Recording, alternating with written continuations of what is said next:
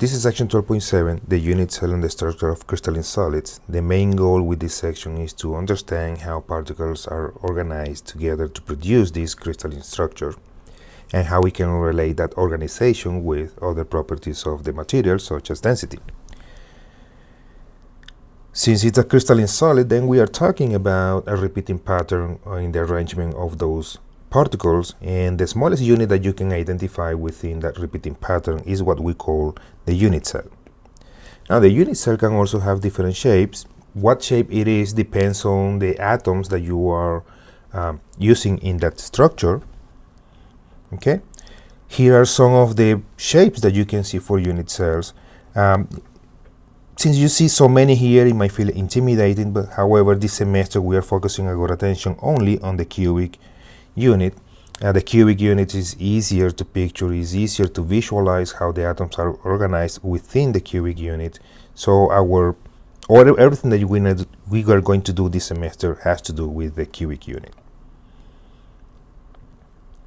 When we were talking about this crystalline structure, this organized way of arrange these atoms, and it's a repeating pattern in the arrangement of these atoms, we are referring to the crystalline lattice.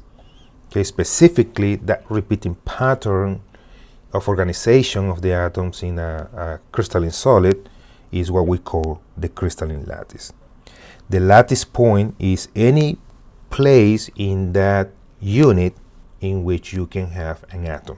Okay, it's not limited to the corners in that unit. It could be anywhere within that unit, but anywhere where you can put an atom is called a lattice point. And the unit cell, of course, is that repeating unit with all those atoms included. Now, this is one very important aspect of the unit cell. Those atoms will be located inside the unit cell, but where exactly in the unit cell you can find these atoms? Well, one point are the corners. Okay, but now you have this vision has to be, it's a little more complicated because it's not the entire atom that is within the cell. Okay, as we move on, it will make a little more sense. But whenever you have an atom that is occupying the corner of a cubic unit, okay, that atom is being shared with 8 other unit cells. Okay, so you have to picture a group of 4 units here. Okay, this is just one. You need 7 more. You have a total of 8 units around this one. We are focusing our attention for probably on this one, right? So that is part of the atom. Okay, the atom is at the corner of the cubic unit, but it's not completely inside one single unit.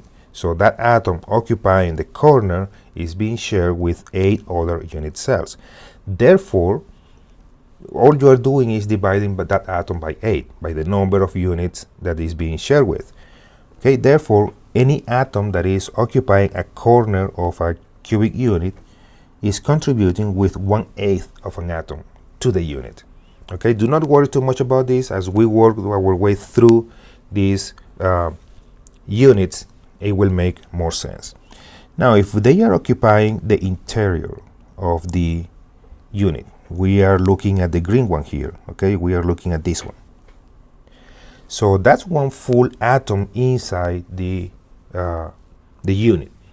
Okay, it's not at the corner, it's not at the edge, it's not at the face. The entire atom is contained within the unit, so we have one full atom. If the atom is completely inside the unit, then it's contributing one full atom.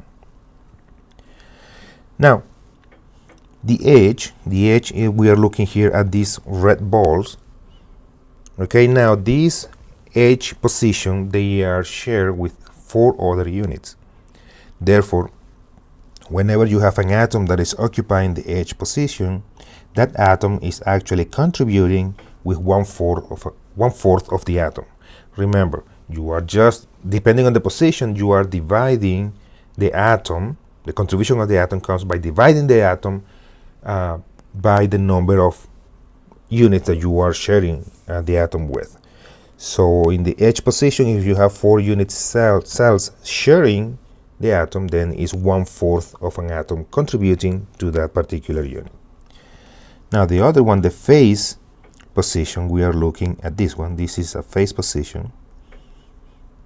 This is a corner. Whenever you are in a phase position, well, that means you are sharing that atom with two cells. Okay, so you are dividing the atom by 2 cells, so you are contributing. A phase position contributes with half an atom. Okay, and that's important to know as we move on, because we can actually, by looking at the what the arrangement is according to the position of those atoms, you can determine what the molecular formula is for that particular substance. Now, one important aspect of the unit cells is the coordination number. Simply put, the coordination number is how many atoms are touching one particular atom. Okay, so you focus your attention on one, and then you can how many atoms, the closest atoms, the atoms that are touching the single atom, the number of that is the coordination number. So in this particular case, we have this.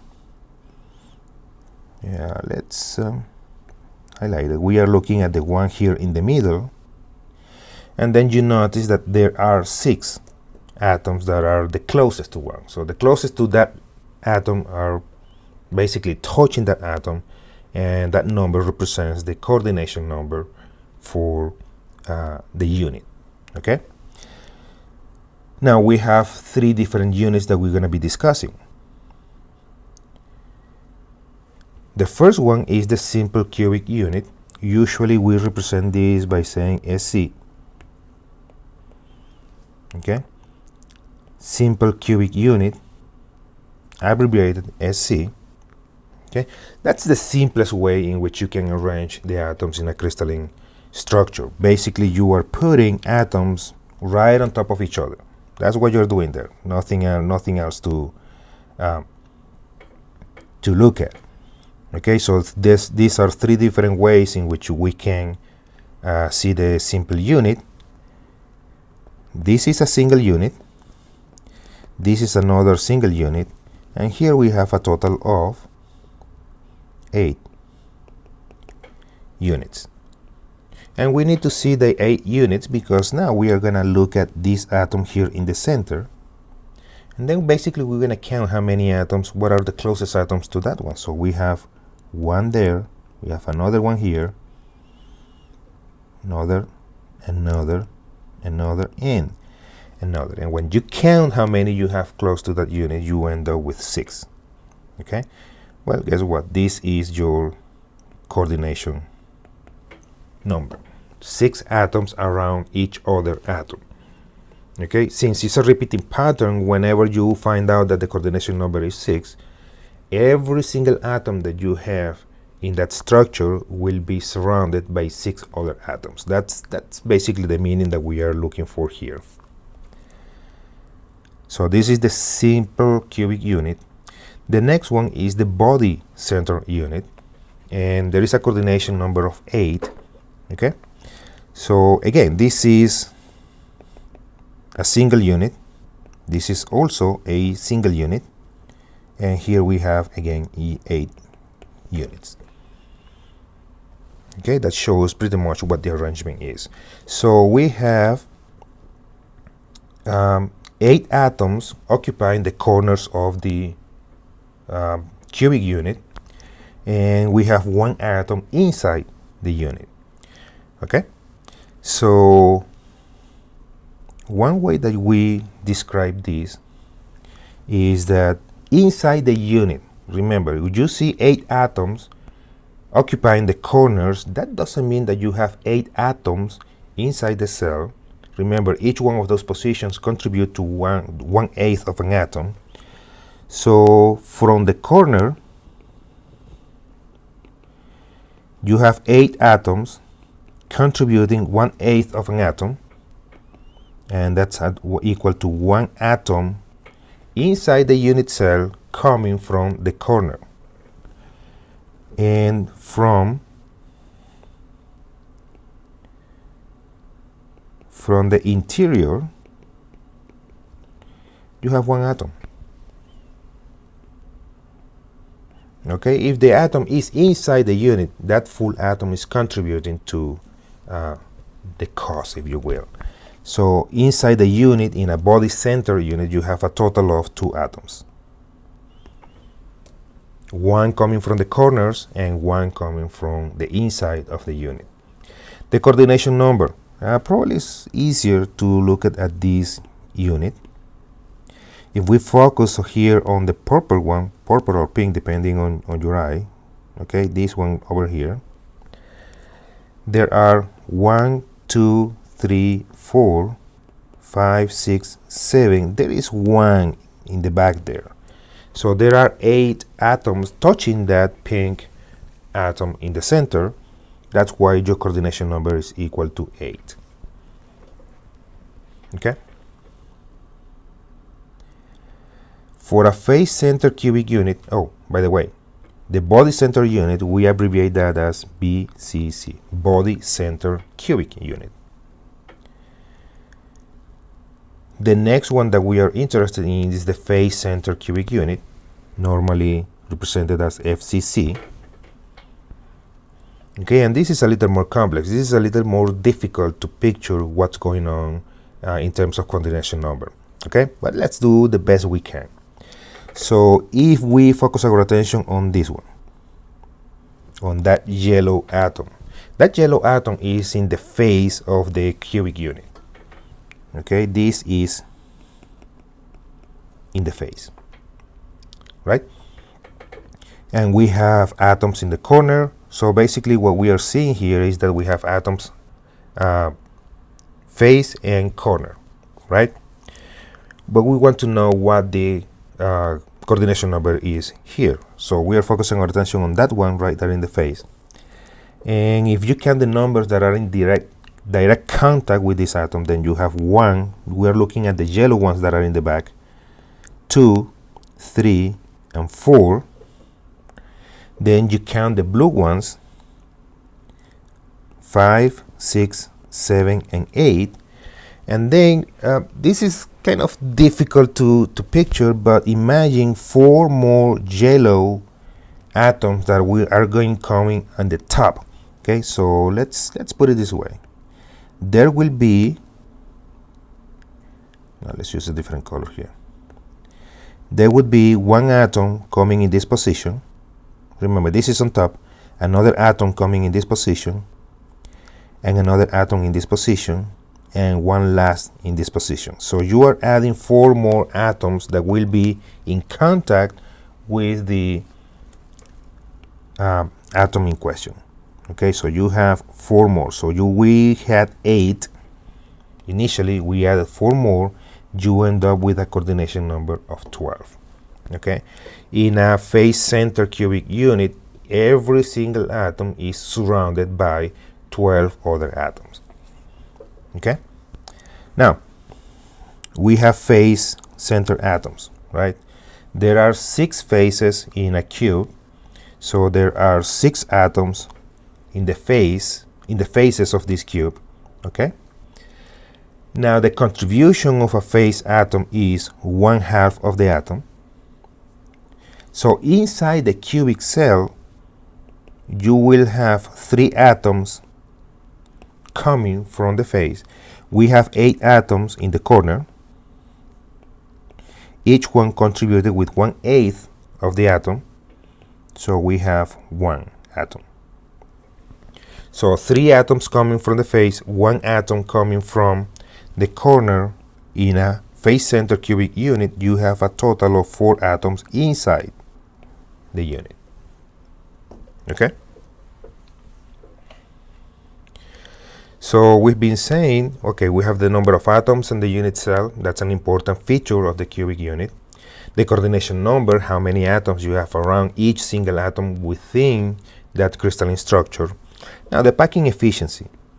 Okay, this is a term related to, well, how much matter can you put inside the unit. If you increase the amount of matter inside the unit, then you are improving the efficiency, the packing efficiency of that unit. So if we go back quickly to the other ones, Okay, so the face center cubic unit, you have 4 atoms inside the unit. In the body center cubic unit, you have 2 atoms inside the unit. And in the simple unit, you have only, because you have 8 atoms at the corner, there is only 1 atom inside the simple cubic unit. So you can imagine, if you go unit by unit, the simple cubic unit is not so efficient packing matter inside the unit. It's only 1 atom, followed by the body center. You have now 2 atoms inside. Okay, you go from 1 atom to 2 atoms. You are packing more matter inside the cubic unit. And in the face center, now you have a total of 4 atoms. Okay, so more efficiency in putting matter inside the unit for these ones. Okay. One thing that is really important if you want to determine or relate these structures with the density of a material, for example, is, well, it's a cubic unit, right? You can calculate the volume of a cube. Why cannot you do that with a cubic unit for these crystalline solids, right? So we are not going entering into the detail of how you get these numbers. The one thing I want you to remember is that if you have a simple cubic unit and you want to determine the volume of that unit, okay, so for any given unit, right, if A is the length of the H, then the volume is going to be equal to A cube. Okay, it doesn't matter what cube you are working with. It's just the length of the side raised to the power of 3. That's how you determine the volume of a cube. Now you want to relate this with the size of the atom that you have inside this cube. Okay, so in a simple cubic unit, that length is 2r, and r here is the radius of that atom. Okay, so therefore for a simple cubic unit, the volume is going to be, if you take 2r raised to the power of 3, then you get 8r cubed. Okay, now for the body center, then the length of that H is 4 times the radius divided by square root of 3, and for the face center, then is square root of 8 times the radius. That's the only thing that I want you to remember. This, okay, what is the length of the H for the simple units, depending on whether you have a simple cubic, a body center cubic, or a face center cubic. Okay. One last thing that is related to the packing of these atoms, right? So how they are organized, how can you put the matter, and how can you organize those atoms in such a way that you increase the amount of matter inside the unit. So there are the simple cubic unit, remember, is atoms on top of other atoms, is the least efficient in terms of packing. There are 2 other,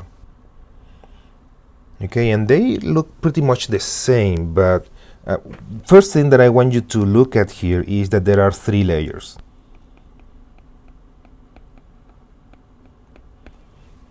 You have the blue atoms, right? You have the red atoms, and then you have the green atoms. There are 3 layers in each one of these structures, right? Now, the hexagonal close packing, you have 2 layers of units that are pretty much the same, and then you repeat that layer every other layer. What I mean is, the blue in this particular one, in the hexagonal close packing, the blue is equal to the green.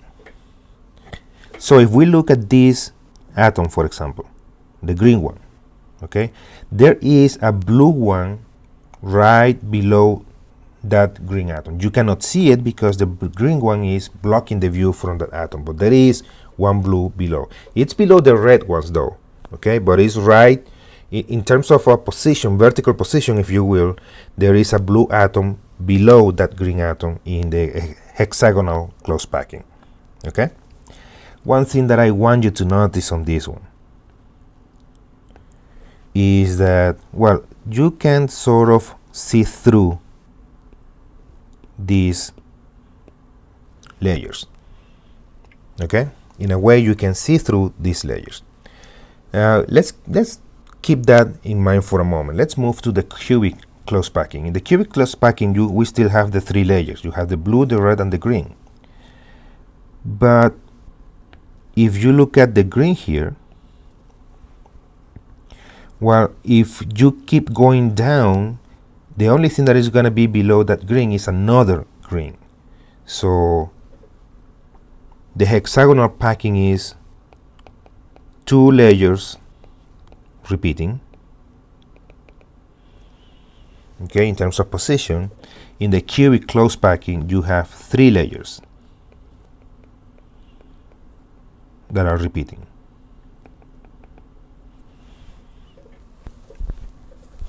Okay, so you notice that the blue ones, there is no blue atom that is below, right below one green atom. Okay, so what is going to be below in the same position of the green atom but below is just going to be another green atom. That's what I mean by three layer repeating units. So this cubic closing packing, and this might be a little confusing, if it's cubic close packing and we call that CCP, then CCP will yield FCC. Okay, this is the packing, this is the cubic unit. Okay, in other terms, face center cubic units will have a cubic close packing. In this case, we have HCP goes to BCC. In other words, body center cubic units will have a hexagonal close packing. Okay, so that's pretty much the difference between those two. So if we summarize all the information that we have for these units, okay, we have this table. Remember, simple cubic unit, you have only one atom in that cell, contained inside the cell. The atoms are in the corners. We have a coordination of 6, and that is the lowest packing efficiency, just 52%. That number means that 52% of the volume of that cell is actually atoms. You can see it well. Let's put it this way. This is 48% empty space. For the medium, then this is 32% empty space, and for this one is 26% empty space. Okay, so that's what the packing efficiency means. Okay, so you are taking more advantage of the volume of the cubic unit in a face center cubic unit than you are in a simple cubic unit. Now here we are looking at this problem. So we have two hypothetical forms of copper, those two ways in which you can arrange copper atoms in a cubic cell. Okay, we recognize this one. The first one is a simple cubic unit, okay, as stated by the problem, and the second one is a face center unit. Okay, would they have the same density? That is pretty much the question, right? So remember, we are looking at the number of atoms that you have inside these cells. You have one atom here, okay? In the face center, whether you remember that or not, you don't have to do the calculation every single time. You just can, just by remembering that the face center cubic unit has 4 atoms, then that's it. Now, they they don't necessarily are the same size. Okay, so but however, you have 4 atoms in this unit compared to 1 atom, so you can expect that this one will have a higher density. Okay, there is a larger amount of matter per unit volume in FCC than you have in SC. Okay, let's write that down. Larger amount of matter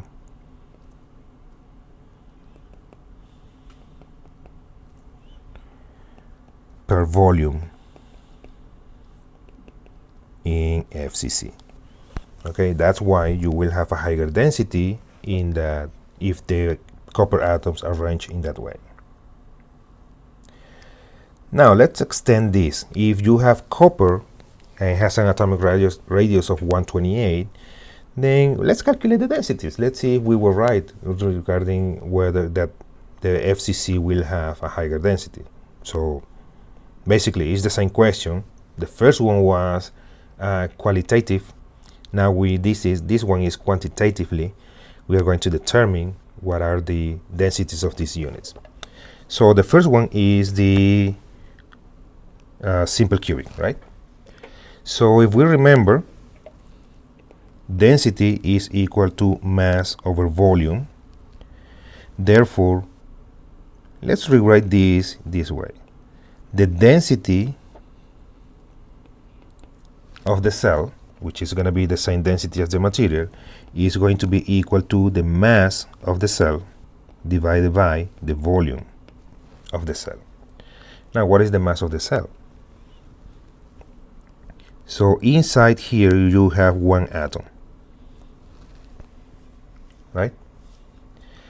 And well, how do we translate this into the unit cell, into the mass of the unit cell? Well, the mass of the unit cell is going to be the mass of 1 atom of copper, right? But from copper, what we know is that you have 63.546 grams per mole. So 63.546 grams is the mass of 1 mole of copper atoms. And what is 1 mole? Is 6.022 10 to the power of 23 atoms. So basically, we have to convert this to moles.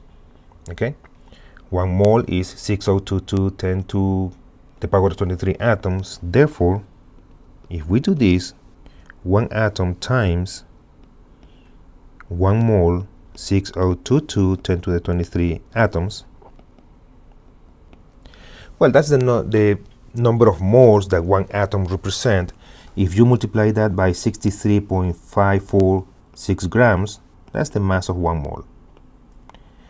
Mole and mole cancel, atoms and atoms cancel, and then you obtain 1.055 10 to the negative 22 grams. That is the mass of this single or simple cubic unit. Okay, now what is the volume of the unit, right? So we have that the radius is equal to 128 picometers. However, if we are working with density, probably we want density in grams per cubic centimeter, right? So we need to convert this to centimeters. And we do that by taking our 128 picometers. We convert that to meters. 1 meter is equal to 10 to the negative, 1 picometer is equal 10 to the negative 12 meters. And then 1 centimeter is 10 to the negative 2 meters. Meters cancel with meters, picometers with picometers, and then from here we obtain that the side of that cubic unit is equal to 128 10 to the negative 8 centimeters. Now we are not done yet. We are not done yet because we have to calculate the volume, and this is the value. This is R. For a single cubic unit, A is equal to 2R. okay? And volume is going to be 2r squared cubic, and this is equal to 2 times 128 10 to the negative 8 centimeters raised to the power of 3. This is equal to 168 10 to the negative 23 cubic centimeters. Let me add one page here.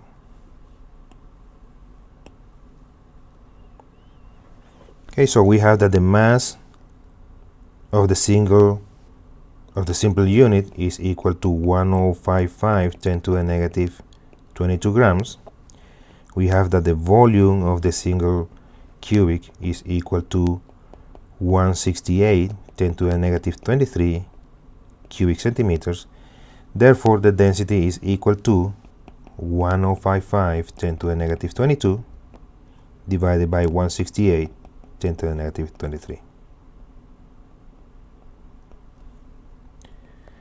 And the density here is going to be equal to 629 grams per cubic centimeter. Okay? This is the density of the single cubic unit. Now for FCC, we have 4 atoms, right? So we're going to repeat everything with 4 atoms, and well, the formula for the volume is going to be a little bit different because it's face-centered. Okay? So 4 atoms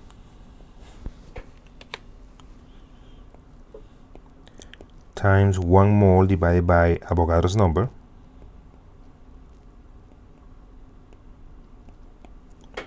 times the atomic mass for copper.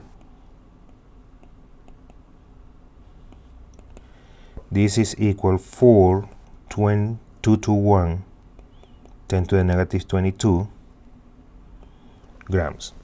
Now we compare that. The unit cell for the face center cell is 421. We are comparing this to that. Well, it's about 4 times larger, right? Well, 4 times larger. It's supposed to be 4 times larger because you have 4 atoms, right? The volume, before we went into the volume, the side for a face center cubic unit is equal to square root of 8 times r. Okay? Therefore, the volume is square root of 8 times r raised to the power of 3.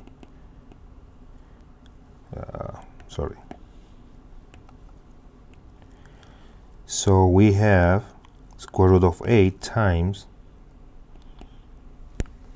is the same, the conversion here, 128 picometers is 1.28 10 to the minus 8, right? It's the same distance. 128 10 to the minus 8 centimeters raised to the power of 3. So the volume here is going to be 475 10 to the negative 23 cubic centimeters. Now if we compare that, well, it's a larger volume. Okay, it's not exactly that you will have a higher number of atoms inside the same volume. Okay, we're comparing this number to that. Okay, but when you finish doing the calculation, you will notice that the density in this case is going to be equal to 4221 10 to the negative 22 grams divided by 475 10 to the negative 23 cubic centimeters, and that gives you a density of 889 grams per cubic centimeter. So you don't get a density 4 times larger just because the unit is a little larger. You have more units, more atoms within the unit, but the unit, in order to accommodate those atoms, the unit has to be a little larger. Okay, it's just that the packing is more efficient when you have a face center cubic unit, and therefore the density will increase. Now in this problem we are going pretty much the other way around.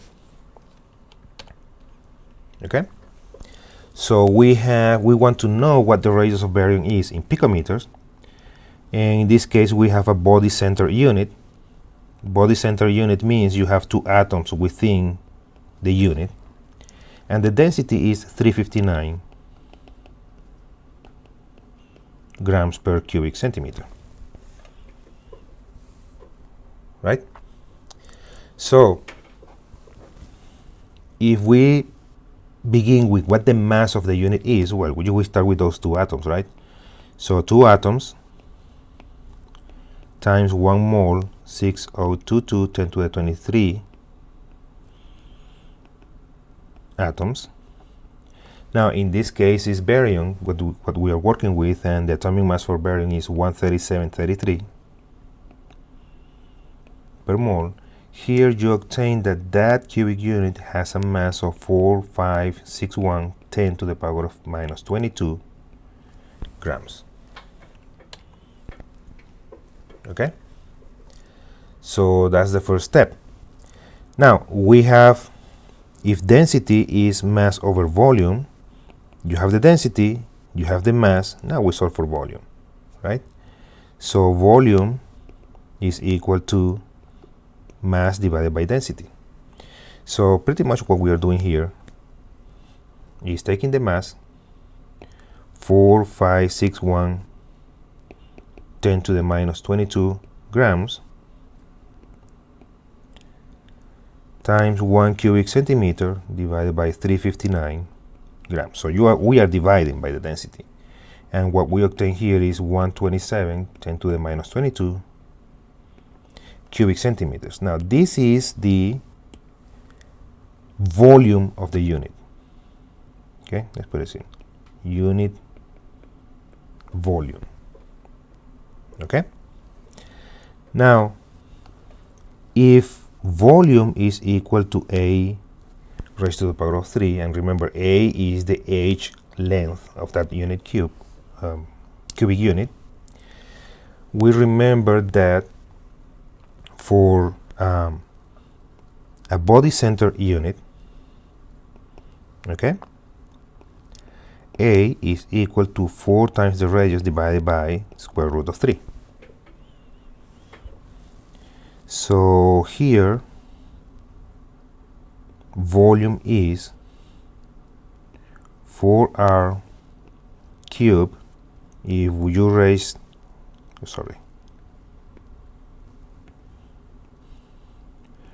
is 4r divided by square root of 3 raised to the power of 3.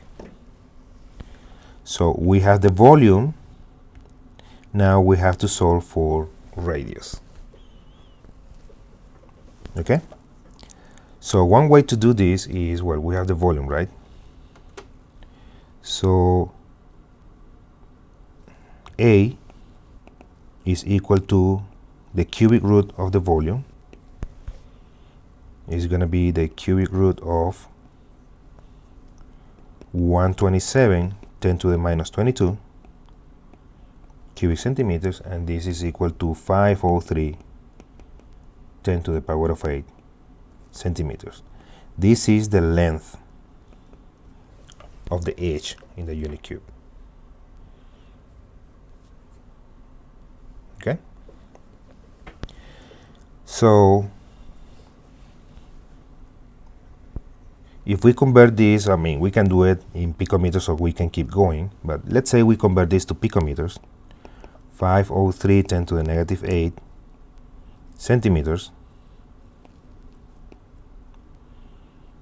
We have that 1 centimeter is 10 to the minus 2 meters, and then we have that 1 picometer is equal to 10 to the negative 12 meters, right? So we end up with 503 picometers. Now this is not the radius. Okay, in order to complete the radius, now we bring this one over here. If A is equal to 4r divided by square root of 3, then R is equal to square root of 3 times A divided by 4. And if we do that, then you should obtain that the radius is equal to 218 picometers.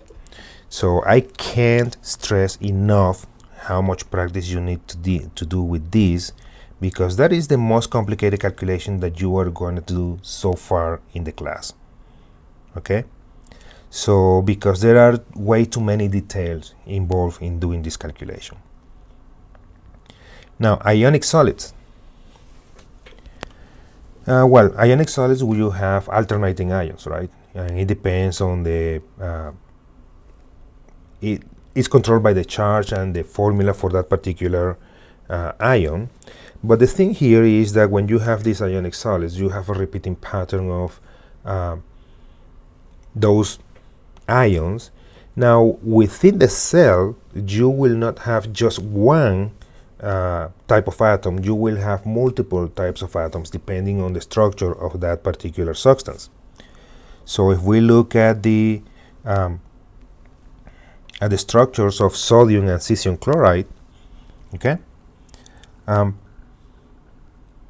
this one, for example, you see two because it's the same. It's just that at some point the sodium atoms, this is sodium and this is chlorine, the sodium atoms will be occupying the faces, and in some other instances the chlorine atoms will be occupying the face.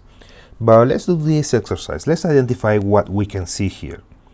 For example, we see that sodium is occupying face and corner. Okay, this is a part of a sodium atom. If you have face, then that means that you have a total of 3 atoms inside the cell. And if you have a corner and you have all corners, you have a total of 1 atom inside the cell. So for this particular cell, you have 4 sodium atoms, right? Now for chlorine, what do we see in chlorine? Well, chlorine, there is one here. I'm going to mark it B because it's inside. So we have one body. And the chlorine is also on the edge. Okay, this is an edge position.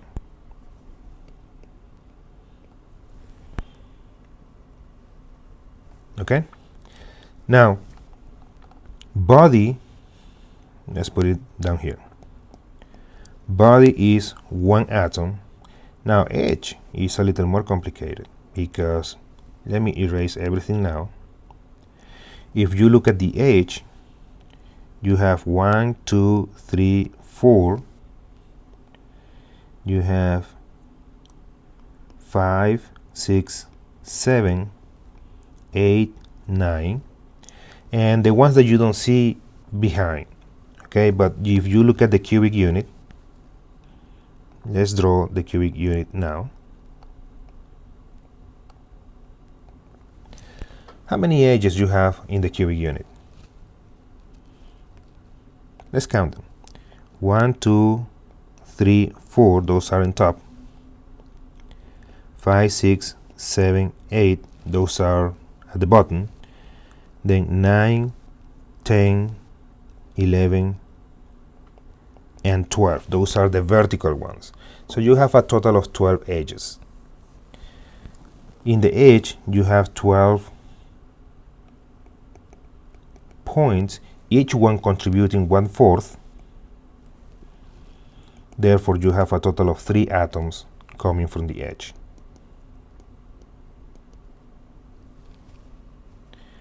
So, in this unit, you have 4 chlorines. So 4 chlorines and 4 sodium so 4 sodiums means that you have, if we do this, Na4Cl4, that's what you would go for the formula for this compound. Because ionic is ionic, we can simplify, so it's NaCl. Okay, that's for sodium chloride, which is a little complicated. If we look at cesium chloride, it's a little simpler. Okay, because let's assume this is chlorine. Let's use a different color here.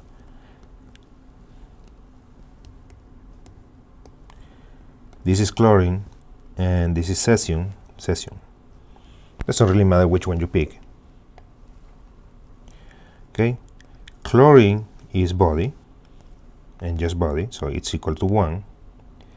Cesium is corner, and you have all A position in the corner, so it's just 1. So you have that the formula is CsCl.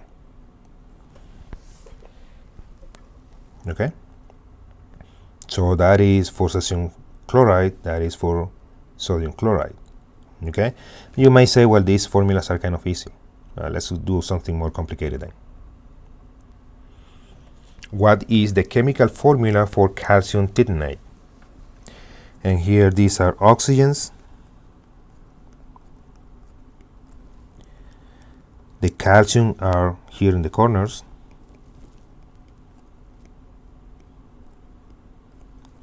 And titanium is here at the center.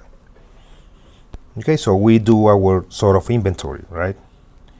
What position is calcium occupying? Calcium is corner. That means you have all 4 corners occupied by calcium, so you have a total of 1 atom inside the unit for calcium. How about oxygen? Where is oxygen located? Well, oxygen is actually located in the face.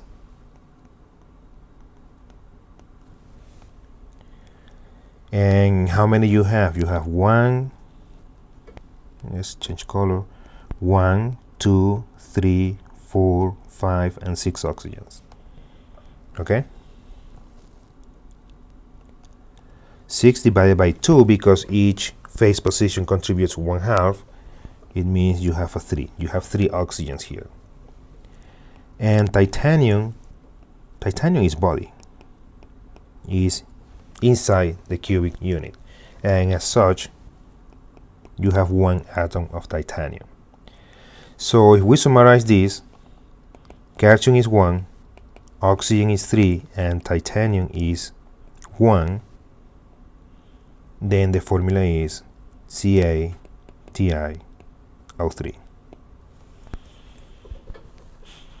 Okay, it's just looking at the positions, understanding how much those positions are contributing for the atom inside that cell, and then from there you can take what the molecular formula, or what the formula for this compound is.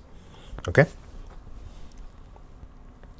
so in summary, well, you have different ways in which the atoms can arrange themselves inside the unit. Okay, different packing results in different efficiencies, and remember, the efficiency is how much matter you can put inside the cell. The higher efficiency means you have more matter inside the cell, which usually means you have a larger number of atoms inside the cell. And we can relate properties of the material, such as density, such as the radius, with what the cell is. Okay? So remember the calculations here, densities and length of the cubic unit. It's tricky, but we need to do a lot of practice on that, and then we'll continue with this in class.